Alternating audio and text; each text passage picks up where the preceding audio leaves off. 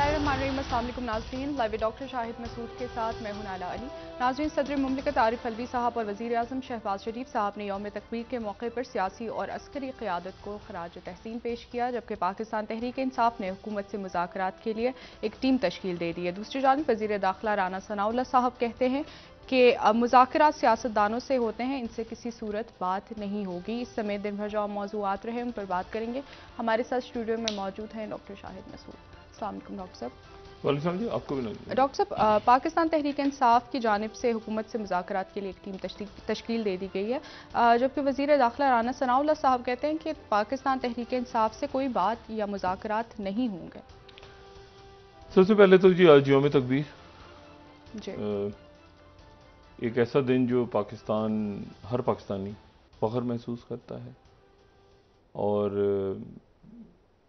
पाकिस्तान उस दिन बाकायदा उसने दुनिया को दिखाया कि हम एक न्यूक्लियर स्टेट हैं।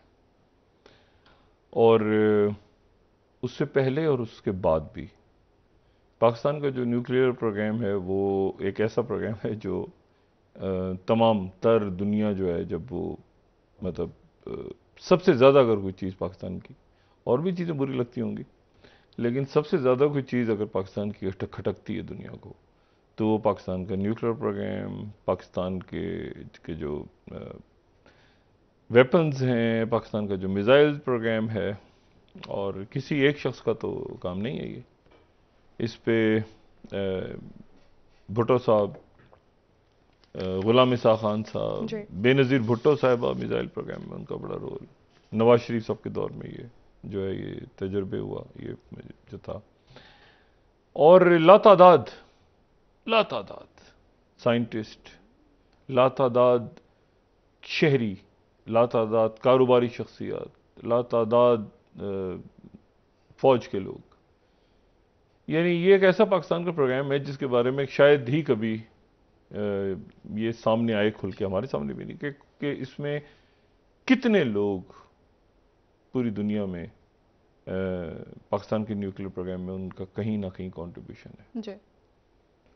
और बहुत से ऐसे लोग कि तसव्वुर भी नहीं कर सकता शख्स के, यार ये जो है ये तो कारोबार करते थे, यार ये तो कोई बैंक में था, कोई साइंटिस्ट था, कोई। तो जैसे तैसे करके पाकिस्तान ने यानी आप ये देखें ना कि उस दिन ज़रा सा भी कोई एक जो है वो आप ना कर पाते डेटोनेट, तो क्या सूरत हाल होती। कमाल उसकी टाइमिंग्स, परफेक्शन, और मतलब है कि उसके पीछे जो बरस, और ये तो 25 साल हो गए हैं उसके बाद पाकिस्तान अपने जो डिफेंस है शो नहीं करता, लेकिन ये है कि बहुत से जो दुनिया के जो आपके इंटेलिजेंस और डिफेंस अदारे हैं उनकी नज़र पाकिस्तान पे जब भी होती है तो ये कहते हैं कि ये पाकिस्तान का जो वेपन सिस्टम है, न्यूक्लियर वेपन सिस्टम, ये बहुत एडवांस है।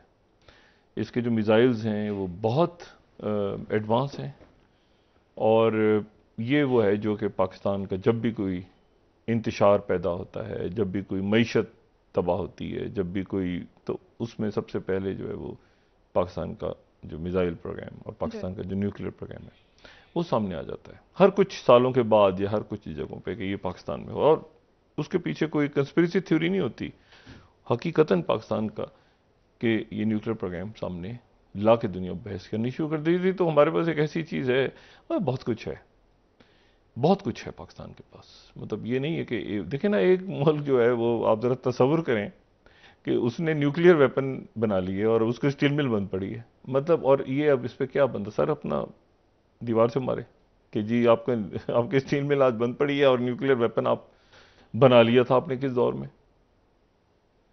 तो मतलब हमने आपकी एयरलाइन जो है वो, फिर उसके बाद उन्होंने जाके दुनिया की सबसे बड़ी एयरलाइन जो तस्वुर होती है उसको खड़ा किया,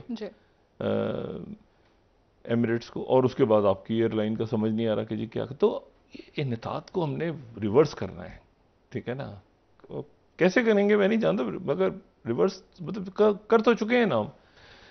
आप देखिए ना, या तो ये हमने किया ना, हम सोच रहे हो किसी ख्वाब में बैठ के कि जी हम करेंगे, हम कर चुके हैं, करके बहुत कुछ, फिर हम उसके बाद उसको तबाह भी अपने हाथ से कर चुके हैं। किसी ने नहीं किया, हमने किया खुद।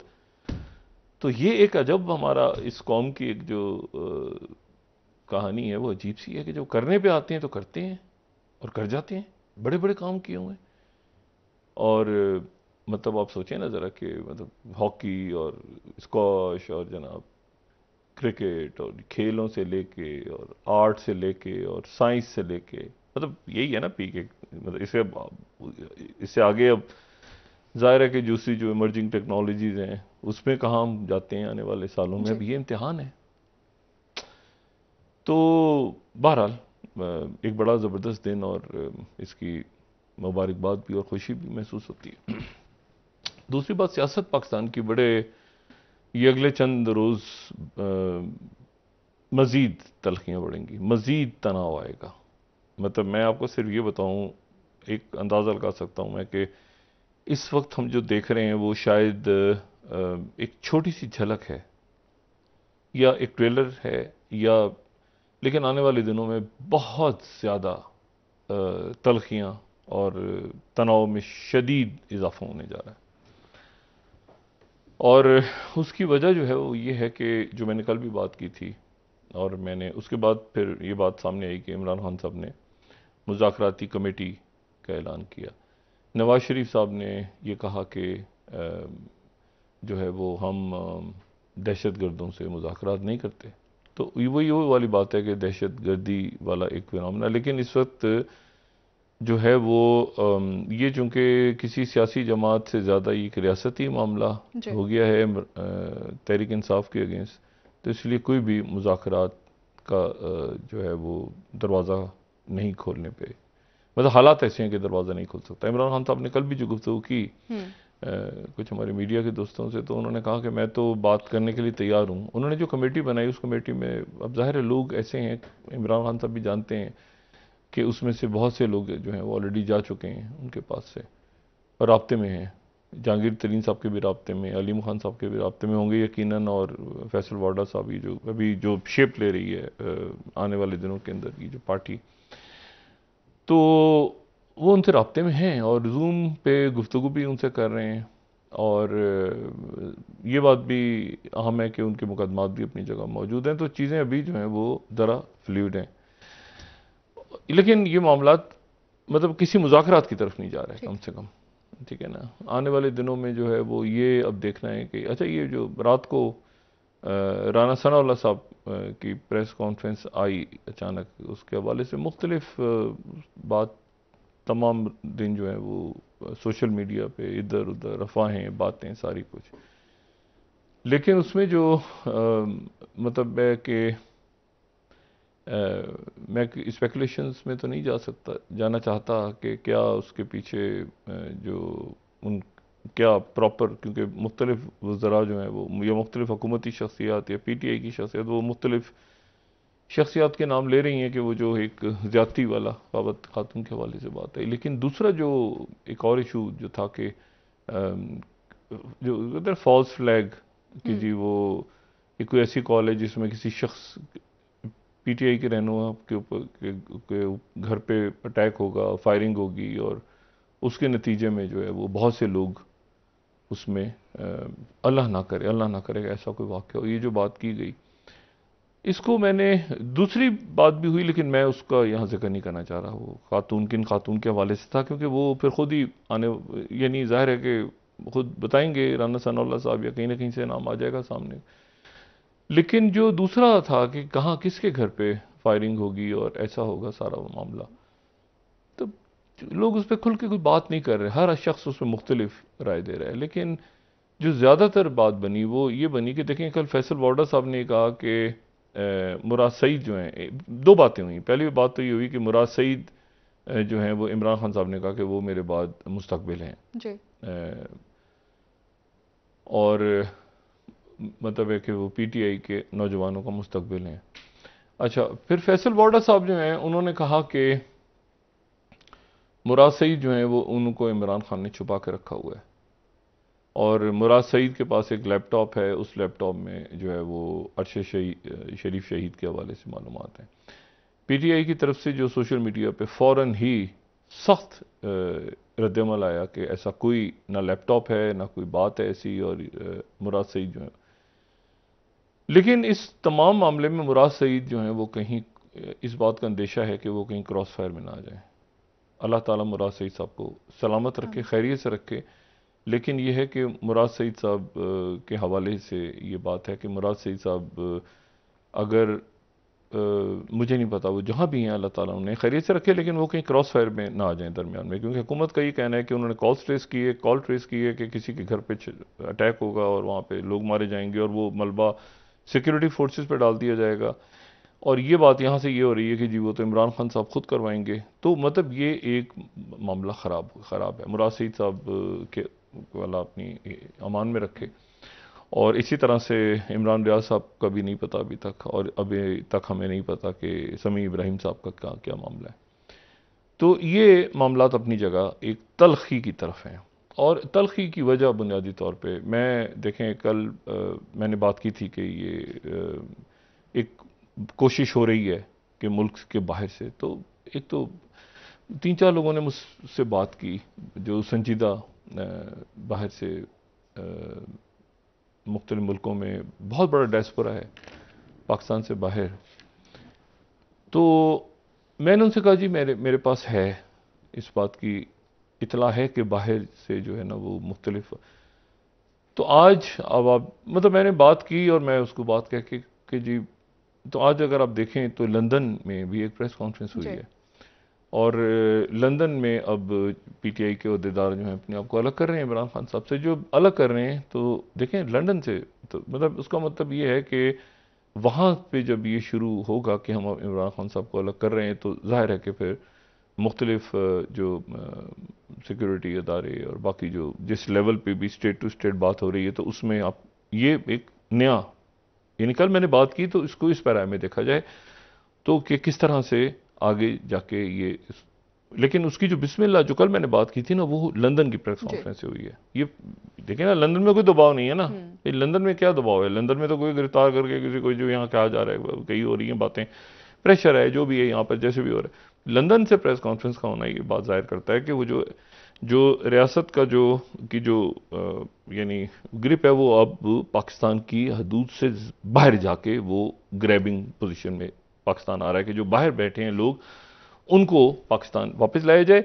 और ख़ास तौर पे वो लोग जो बाहर बैठ के जो मतलब ज़ाहिर है जो इमरान खान के चाहने वाले तो बहुत हैं, लातादाद हैं, लेकिन ऐसी शख्सियत जो कि मुख्तलिफ हवालों से वांटेड हैं, चाहे वो सोशल मीडिया के हवाले से हों चाहे किसी और हवाले से हों। कामयाबी कहाँ तक होती है मैं नहीं जानता, लेकिन ये आज की इस बस कल की उस गुफ्तगू और आज की लंदन से प्रेस कॉन्फ्रेंस को ध्यान में रखें जी। और उसके साथ ये भी ध्यान में रखें कि जो ये इमरान खान साहब जब यहाँ से गए हैं, इमरान खान साहब जो है ना, देखें ये बात अगर आज से 15 दिन पहले, महीना पहले, 4 महीने पहले इशारों का नायों में भी होती तो आप देखें कि किस तरह का एक रद्दमल आता। क्या बात कर रहे हैं, सवाल ही पैदा नहीं होता, ये हो गया है, फलां हो गया है, ये कैसे हो सकता है, ये कैसे हो सकता है। तो फिर आदमी कहता है कि यार बात ना करें तो बेहतर है, क्योंकि उसकी वजह यह है कि बहुत से लोग इमरान खान साहब के जो पास जाते थे ज़मान पार, ख़ास तौर पर ज़मान पार, ये जब तक इमरान खान साहब बनी गाला रहे ना तो नहीं था ये सिलसिला। जब ज़मान पार्क चले गए ना, तो ज़मान पार्क में ही क्योंकि बैठ के फिर ये जलसे और सारी प्लानिंग्स और ये सारा इमरान खान साहब, तो वहाँ पे फिर इनके जितने साथी थे वो वहाँ जाते थे और वहाँ से इमरान खान साहब की फिर वो इंफॉर्मेशन ला के यहाँ देते थे। और जाहिर है कि जो अदारे हैं उनके पास अपना सिस्टम भी होगा, लेकिन उसके बाद बहुत से इमरान खान साहब खुले टुले बात कर रहे हैं, मिल रहे हैं सबसे, और सोचा भी नहीं होगा ना कि ये फलाना शख्स जो है ये मुझे इतनी जल्दी जो है वो छोड़ जाएगा। और उसमें जो है वो प्रॉब्लम्स हैं, लोग बता रहे हैं उनके अपने प्रॉब्लम्स हैं, अपनी मसाइल हैं, मजबूरियाँ हैं, लेकिन ये है कि कुछ ना चंद रोज़ तो स्टे करना चाहिए था ना, चंद रोज़ तो रुक सकते थे ना। मतलब है कि ये तो बात नहीं ना मुझे 10 दिन रखा तो मुझे 5 दिन रखा तो मुझे 11 दिन रखा, तो ये तो कोई बात ना हुई। तो मैं उसके बाद जो है वो मुझे मतलब ये तो बिल्कुल ही अजीब सी बात है। इस तरह से वो इमरान खान साहब की सियासी जमात जो है वो उसके रहनुमा गए हैं कि इमरान खान साहब खुद भी शायद उसको नहीं समझ पाए, और आने वाले दिनों में और जब जाएंगे तो उनको और, लेकिन अब मेरा ख्याल है कि वो उस फेज़ में है कि वो कहते हैं कोई भी चला जाए, मुझे उससे कोई फ़र्क नहीं पड़ता, क्योंकि यकीनन उनको अचानक ये एक धचका लगा है। उन्होंने, वो कह रहे हैं दबाव में सब कुछ, लेकिन ऐसा भी क्या क्या मैक्सिमम दबाव, लेकिन ना कोई टॉर्चर, कोई फैमिली की याद आ रही है क्या, कुछ दिन तो रुकना चाहिए था कुछ लोगों को।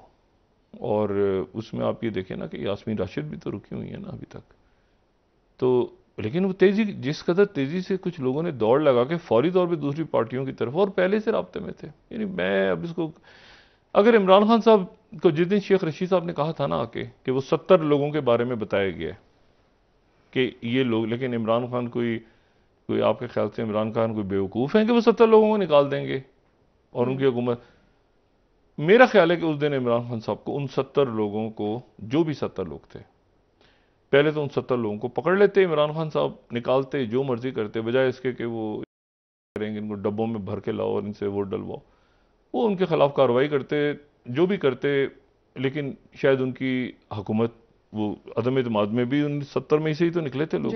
तो मतलब है कि अब वो जितना पीछे जाके आप बात करेंगे तो उतना ही ज्यादा जो है ना फिर वो मामला आगे क्या होगा, ये एक सवाल है कि रास्ता कैसे। दो तीन बातें इमरान खान साहब ने जाहिर है कल कही, एक तो डिवाइन इंटरवेंशन की बात उन्होंने की, एक उन्होंने कहा कि वो बाहर नहीं जाना चाहते, जाहिर है कि ECL पे उनका नाम डाला हुआ है, और उनके यहाँ पर जो हुकूमती ज़राए हैं वो कह रहे हैं कि उनके अगर साहबजादे वापस आते हैं मुल्क में इमरान खान साहब से मिलने के लिए, तो उनको भी शामिल तफ्तीश किया जा सकता है मुख्तलिफ हवालों से।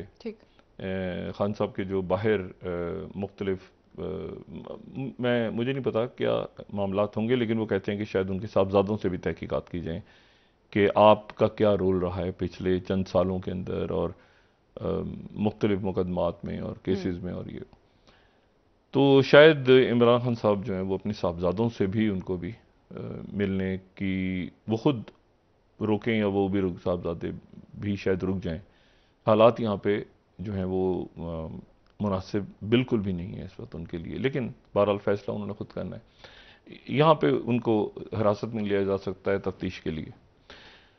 अब इसमें ऑप्शन इमरान खान साहब जो हैं, देखें बहुत बड़ा रोल जो है ना वो इमरान खान साहब डिपेंड भी करते हैं सोशल मीडिया पे, सोशल मीडिया उनकी पावर भी है, लेकिन इमरान खान साहब जो हैं वो सोशल मीडिया ने एक रोल भी प्ले किया है इस पूरे तसादुम में, और कई मुल्कों के साथ जो ताल्लुकात के बिगाड़ में।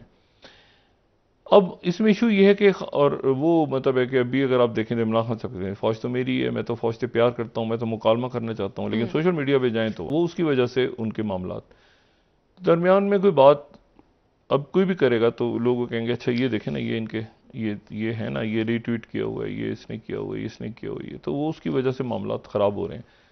तो बाहर जो एक्सपर्ट पाकिस्तानी हैं उनसे गुजारिश है कि जो सोशल मीडिया पे ख़ास तौर पे कि वो उनके वो एक्टिव अगर हों तो वो किसी ऐसे वे में एक्टिव हों, ऐसे वे में कैंपेन चलाएं कि जिससे खान साहब के लिए मसाइल ना पैदा हों, क्योंकि खान साहब के लिए यहाँ मसाइल पैदा हो रहे हैं। उनको शायद अतराक है या नहीं है, वो चूंकि वो भी सोशल मीडिया पे ही कहानियों को देख रहे होते हैं, फिर फॉरवर्ड कर रहे हैं, जिस बंदे पे गुजर रही होती है उसको पता होता है, वो तो ज़ाहिर स्ट्रॉन्ग नर्व्स हैं, सब कुछ है, लेकिन और वो कल भी बिल्कुल मुतमईन थे और सारा कुछ है, लेकिन ये कि मज़ीद मसाइल ना पैदा करें, क्योंकि मैंने आपसे कहा कि अरब ममालिक, टर्की, चाइना, अमेरिका, सब इधर उधर हर एक को चूँकि इतनी गालियाँ दी हुई हैं सोशल मीडिया पे हर मुल्क के रहनुमाओं को कि वो सारे जो हैं इस वक्त कोई भी उसमें इंटरवीन नहीं कर रहा खान साहब की मदद के लिए। और अगर अमेरिका या उधर से आती है तो ये फिर PDM की हुकूमत कहेगी कि देखें हमने तो कहा था ये उनके, देखें जैसे ये तो लॉबिस्ट हायर किए हुए, ये किए हुए, तो वो उसका नेगेटिव इम्पैक्ट चला जाता है।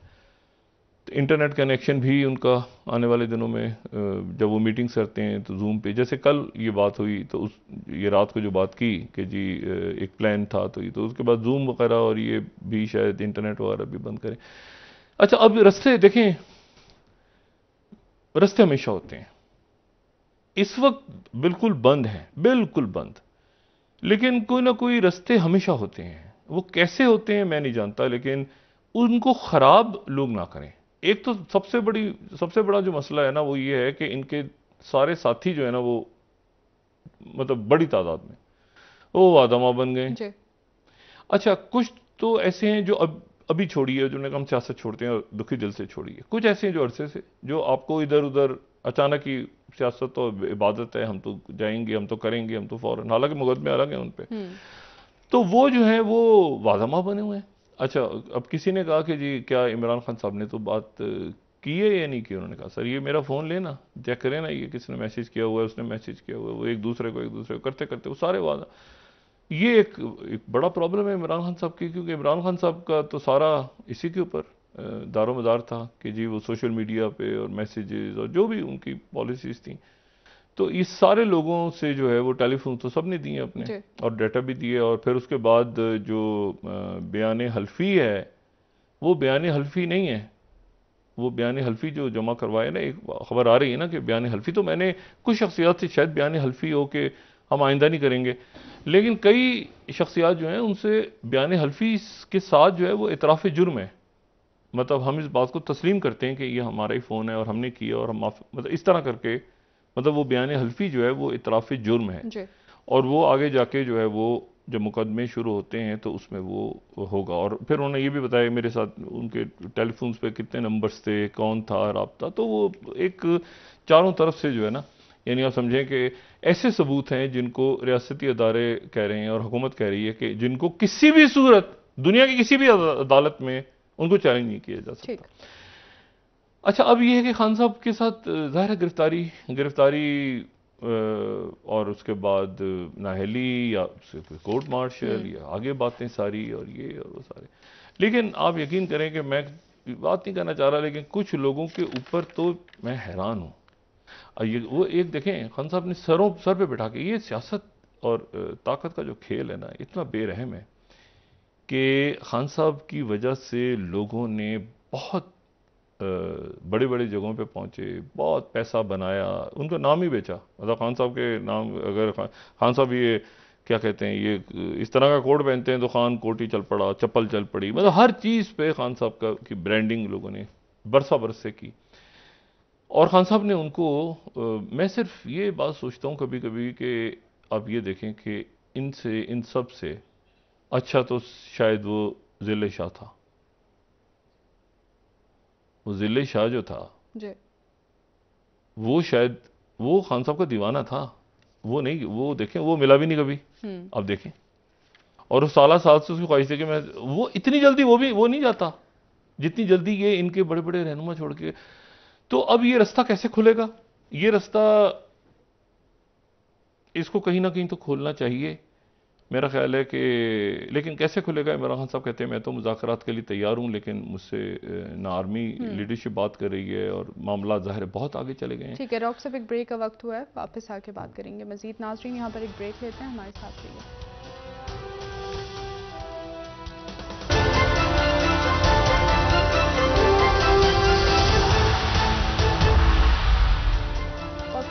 वेलकम बैक नाज़रीन। जी डॉक्टर साहब, मरीम नवाज साहिबा ने जल्द से आम से खिताब करते हुए इमरान खान साहब पर शदीद तनकीद की और नवाज शरीफ साहब के खिदमात का जिक्र किया।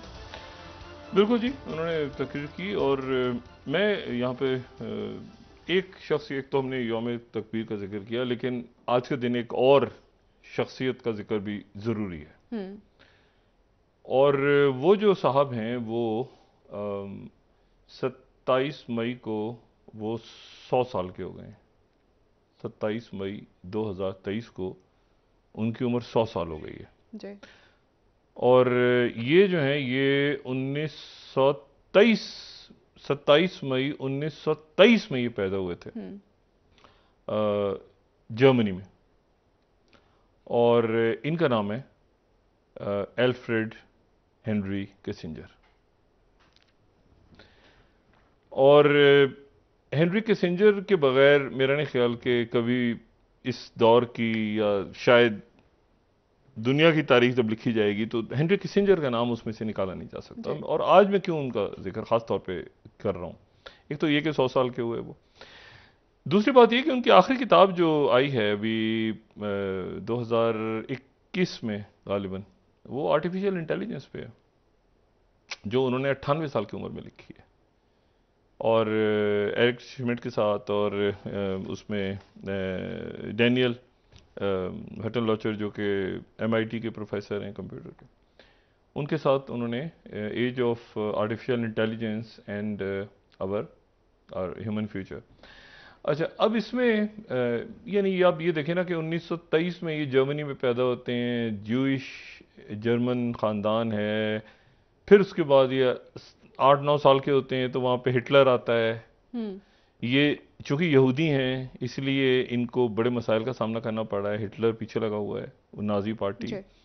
15 साल की उम्र में ये वहाँ से जर्मनी से निकलते हैं और 1938 में ये लैंड होते हैं, 38 में ये अमेरिका, 51 में ये BA करते हैं, 1951 में हार्वर्ड से। उसके बाद ये 2 साल के बाद जो है ये वहाँ से MA करते हैं, फिर उसके बाद PhD करते हैं, फिर उसके बाद ये नेशनल सिक्योरिटी एडवाइज़र और फॉरेन सेक्रेटरी और सेक्रेटरी खारजा बनते हैं निक्सन के, और फिर कंटिन्यू करते हैं। जब निक्सन रिज़ाइन कर जाता है तो ये फोर्ड के जो जेरल्ड फोर्ड आते हैं तो उनके साथ ही कंटिन्यू करते हैं। लेकिन इनका नाम आज क्यों मैं डिस्कस कर रहा हूँ, एक तो इतने सारे लोग हैं। ये निक्सन की काबीना के आखिरी शख्स हैं जो जॉर्ज शुल्स के मेरे ख्याल से 2021 में या 20 में उनकी डेथ के बाद ये आखिरी हैं जो मौजूद हैं। निक्सन कैबिनेट सारी जा चुकी है। ये जो है इन्होंने इनका नाम तारीख में इसलिए याद रखा जाएगा कि 69 और 72, 1969 और 1972 इनको वॉर मॉन्गर, क्योंकि वियतनाम की जंग छिड़ी हुई है, एक बड़ा क्राइसिस है, मुजाहरे हो रहे हैं अमेरिका में, दुनिया भर, सारी दुनिया वियतनाम को देख रही है। तो इन्होंने और निक्सन ने फैसला किया कि हम, अमेरिका जो है वो मानता था ताइवान को जी। तो इन्होंने कहा कि हम जो है वो चाइना के साथ अपना राब्ता कायम करेंगे और हम जो है वो ताइवान को हम छोड़ देंगे। जो अक़वाम मुत्तहिदा में उस वक्त अमरीकी मंदूब थे वो 2 चाइना पॉलिसी पे काम कर रहे थे कि 2 चाइना एक साथ हो सकते हैं ना, यानी जो वियतनाम, ये ताइवान है वो भी हो सकता है और जो चाइना है पीपल्स रिपब्लिक वो भी हो सकता है। वो शख्सियत जो थी वो थी जॉर्ज बुश सीनियर। वो उस वक्त अमरीका में अक़वाम मुत्तहिदा में अमरीका के मंदूब थे। तो किसिंजर जो हैं उन्होंने ये रास्ता अपनाया कि नहीं, चाइना के साथ बातचीत होनी चाहिए। अब जो उस ज़माने के डॉक्यूमेंट सामने आते हैं हमारे, जो पेपर्स, जो आर्काइव्स को हम खोलते हैं अगर अमेरिका के, तो अमेरिका के आर्काइव्स हम खोलते हैं तो हमें पता ही चलता है कि जनाब उन्होंने ओपनली तो निक्सन और जो हेनरी किसिंजर थे वो बात नहीं कर सकते थे चाइना के साथ। तो फिर किससे उन्होंने कहा कि चाइना से हमारी बात करें? तो जो पेपर्स हैं, जो आर्काइव्स हम अगर देखें तो वो पता ये चलता है कि जनाब उन्होंने सबसे पहले उस वक्त जो पाकिस्तान के सदर थे उनसे राब्ता किया, और उन्होंने राब्ता किया जो है वो जो डॉक्यूमेंट्स हैं, अगर हम डॉक्यूमेंट्स की हम दिखा सकें ना जो उनके, एनीवे तो वो डॉक्यूमेंट्स ये बताते हैं कि उन्होंने राब्ता किया याहिया खान से। सही। और याहिया खान से उन्होंने राब्ता किया जो पाकिस्तान के उस वक्त के प्रेसिडेंट थे, और ये डॉक्यूमेंट्स हैं जो कि क्लासिफाइड डॉक्यूमेंट जो हैं, और फिर उसके मजमून भी लिखे गए हैं बहुत सारे, लेकिन ये आर्काइव्स में मौजूद हैं। और ये बताते हैं कि जी याहिया खान जो हैं उनसे राब्ता किया, वो आगा हिलाले जो हैं वो अमेरिका में पाकिस्तान के सफ़ीर थे, उनसे कहा, उन्होंने यहाँ याहिया खान से राब्ता हुआ कि किस तरह से चाइना से बात की जाए। तो ये 71 में इन्होंने 2 चाइना के दौरे किए। अब चाइना का दौरा इनका कैसे हुआ? फारलैंड थे उस वक्त यहाँ पे अमेरिका के सफ़ीर। अब हेनरी किसिंजर जो हैं वो पाकिस्तान आए, और पाकिस्तान आके इनकी तबीयत खराब हो गई। सही। बताया गया कि तबीयत खराब है, और हेनरी किसिंजर जो हैं वो आराम फरमा रहे हैं नथिया गली में।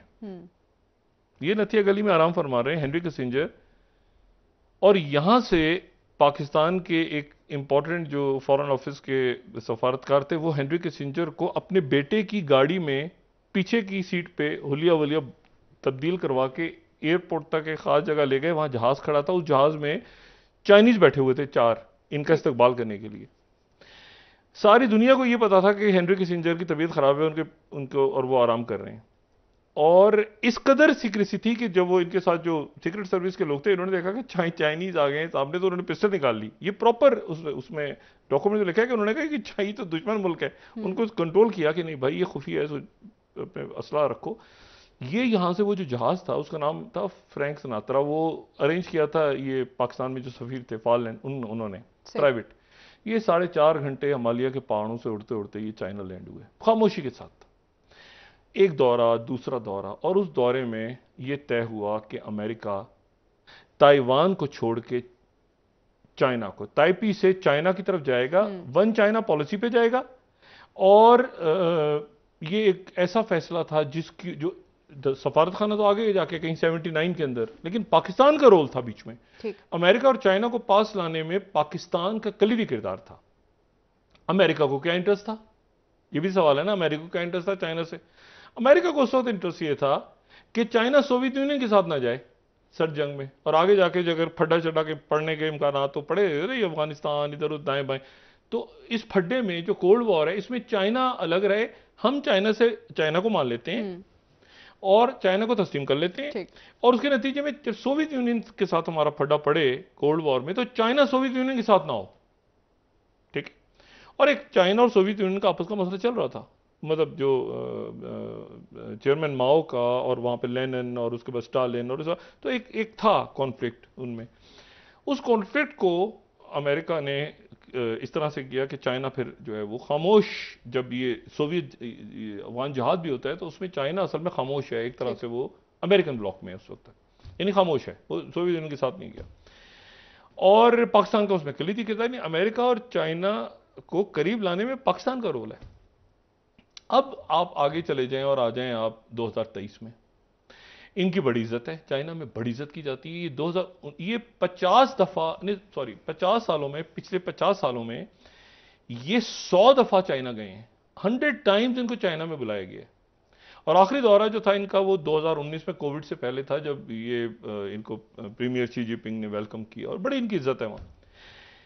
इन्होंने डंप किया था ना, इन्होंने डंप किया था ताइवान को, और ये कहा था कि ताइवान जो है वो हिस्सा है चाइना का। तो आप सोचें, यही तो शी जिनपिंग की पॉलिसी है ना आज, कि भाई ताइवान हमारा हिस्सा है। लेकिन इशू ये है कि अब दुनिया, अच्छा रशिया में पसंद नहीं किया जाता इनको, ठीक, क्योंकि ये जो है वो जाहिर सी बात है कि ये मतलब नेटो और अमेरिकन इंटरेस्ट। लेकिन आज की जो कॉम्प्लिकेटेड दुनिया है उसमें इनका एक इंटरव्यू अभी आया है, इन्होंने ये 8 घंटे इन्होंने गुफ्तगू की है, 8 घंटे गुफ्तगू की है इन्हें इकोनॉमिस्ट के साथ, और फिर इनका इंटरव्यू उसमें शाया हुआ है। और उस इंटरव्यू में फिर इन्होंने बताया है कि जी किस तरह से जो है वो जो 7वीं स्लाइड है कि Henry Kissinger explain how to avoid world war 3। अच्छा, लेकिन उसमें ये वही कहते हैं कि भाई इसमें जो है हम आर्टिफिशियल इंटेलिजेंस टेक्नोलॉजी, लेकिन हमें एक्सेप्ट करना पड़ेगा कि अब चाइना जो है बड़ी सुपर पावर बन गई है। और मतलब मैं तो कभी सोच भी नहीं सकता था कि ऐसा होगा कि ये सुपर पावर बन जाएगी चाइना, और चाइना हमारे सामने खड़ा होगा। मैं तो जब सोवियत यूनियन को देखता था, लेकिन वही कह रहे हैं कि पुतिन को अंडर एस्टिमेट ना करो। और ये जो फॉर्मूला पेश कर रहे हैं ना बिटवीन द लाइंस, अगर आप पढ़ें इनकी पूरे उस इंटरव्यू को, लंबा इंटरव्यू है इकोनॉमिस्ट में, तो ये उसमें कह रहे हैं कि इसमें जो है ये चाइना का ही फॉर्मूला अल्टीमेटली, इसको वर्ल्ड वॉर 3 को अगर रोकना है, वर्ल्ड वॉर 3 का लफ्ज़ इन्होंने यूज किया है, world war 3, how to avoid world war 3, economist की जो तो वो ये कहते हैं कि जी वर्ल्ड वॉर 3 को अवॉइड करेंगे, यही तरीका है कि इसमें जो है वो जो यही फॉर्मूला जो है कि जिसमें चाइना जो पीस प्लान लेकर आया है, उस पीस प्लान के काफी हिस्सों को ये उसकी हमायत कर रहे हैं। ठीक है। अच्छा, अमेरिका में इनको पसंद नहीं किया जाता, अमेरिका में पसंद नहीं किया जाता क्योंकि अब फड्डा पड़ा हुआ है ना चाइना के साथ, तो ये इनकी, लेकिन इन्होंने बेशुमार सदूर वज़ीर आज़म दुनिया भर के कई हुकूमतें, उन सबको इतना एडवाइस किया है, तो इनसे बड़ा शायद ही कोई इस वक्त अमेरिकन या वर्ल्ड लेवल पे कोई डिप्लोमेट मौजूद हो जिंदा जिसका इतना बड़ा एक्सपीरियंस है। ठीक है, और ये 100 साल के हुए हैं, और आप ये अंदाजा लगाएं कि 98 साल की उम्र में इन्होंने आर्टिफिशियल इंटेलिजेंस पे किताब लिखी, और अभी भी ये इनका इंटरव्यू आप पढ़ें तो उस इंटरव्यू के अंदर आर्टिफिशियल इंटेलिजेंस और ये सारा का सारा ये जो है ये ब्लॉकचेन से जो डिफाई के थ्रू कैसे बैंकिंग सेक्टर और कैसे हम इकोनॉमी, पूरा जो इंटरव्यू है बेसिकली ये टेक्नोलॉजी के ऊपर ही है कि हम चाइना के साथ कंपटीशन, क्योंकि इनका जहन इस वक्त जो है ये इस उम्र में, इस एज में हेनरी किसिंजर का जहन मुकम्मल तौर पे टेक्नोलॉजी की तरफ जा चुका है और ये बहुत ज़्यादा उसमें इन्वॉल्व है। तो ये मेरे लिए बड़ी हैरानकुन बात है। लेकिन ये चाइना कि ये प्रो चाइना शुमार होते हैं। चाइना में इनकी बड़ी इज्जत है। चाइना के जो सफ़ीर हैं अमेरिका में वो इनके घर गए हैं, उन्होंने जाकर मुबारकबाद दी है, सेलिब्रेट की है। इनकी सालगिरह जो है वो वॉशिंगटन में चाइना की एम्बेसी ने सेलिब्रेट की है, क्योंकि इन्होंने ताइवान को डंप किया था। तो मतलब अब देखें कि तारीख किस तरह से पलटा खाती है। और पाकिस्तान का रोल आप देखें, आज भी पाकिस्तान का वो रोल है कि पाकिस्तान जो है वो, यानी हम जाहिर है कि चाइना हमारा बिल्कुल, लेकिन पाकिस्तान आगे जाकर अगर तल्खी, अमेरिका के साथ भी आपकी दुश्मनी नहीं है, चाइना हमारा एक यानी मुस्तकिल दोस्त है, ठीक है, यानी ऐसा दोस्त है जो हमने दोस्ती कराई उनके अमेरिका से, ठीक है। तो पाकिस्तान का बड़ा कलीदी किरदार है। दरमियान में आप हैं, आपके राब्ते हैं सबके साथ, टर्की के साथ, कतर के साथ, Saudi Arabia, Iran, Europe, America, China. काश ये इधर पड़ोस में कुछ ये सार्क वार्क को रिवाइव करें, क्योंकि कंटेन हो गए हैं बुरी तरह से। तो मतलब ये कि ये होता है इस तरह से, ये तो वो मतलब है कि कम से कम अपने पड़ोसियों के साथ ताल्लुकात बेहतर करें। तो ये पाकिस्तान का बड़ा कलीदी, अब इतने इवेंट्स में फिर वापस आप आते हैं तो आपको पता चलता है कि फिर अब जनाब जो है वो सुप्रीम कोर्ट के जज साहबान का आपस में रौला पड़ा हुआ है। इमरान खान साहब को सबसे ज्यादा जो है ना वो सुप्रीम कोर्ट से उम्मीद है, जो पाकिस्तान से बाहर पाकिस्तानी है वो उनकी मुश्किलात में इजाफा ना करें, लॉबिंग करें, उनके लिए जो करना है करें, वो नेगेटिव इंपैक्ट ना जाए कि यहाँ मसाइल पैदा हों। और तीसरी जो बात है वो ये है कि वो जो है वो कोई ऐसा रास्ता निकले कि जिससे मुज़ाकरात का दरवाजा खुले। प्रोग्राम का वक्त खत्म हो रहा है, मसाइल ना पैदा हो। कल इंशाल्लाह दोबारा आपसे मुलाकात होगी। मुझे नाला को इजाजत दीजिए। अपने दोस्तों रिश्तेदारों के लोगों का सब ख्याल रखिएगा।